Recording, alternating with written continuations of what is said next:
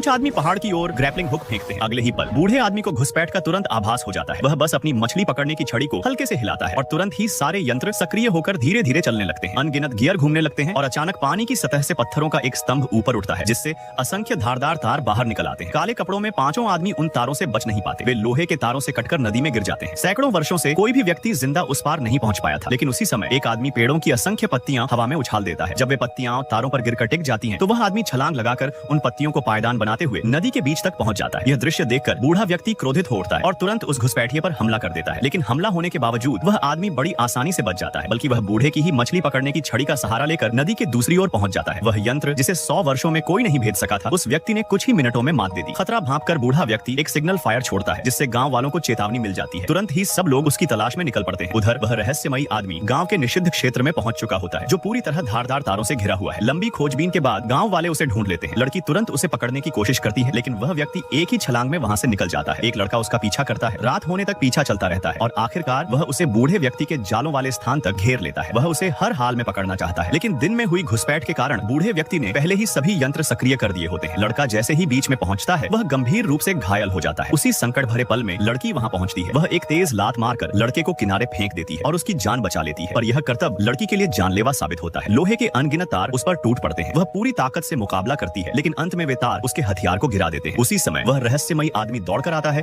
और लड़की को खतरनाक तारों से बाहर निकालकर उसकी जान बचा लेता है।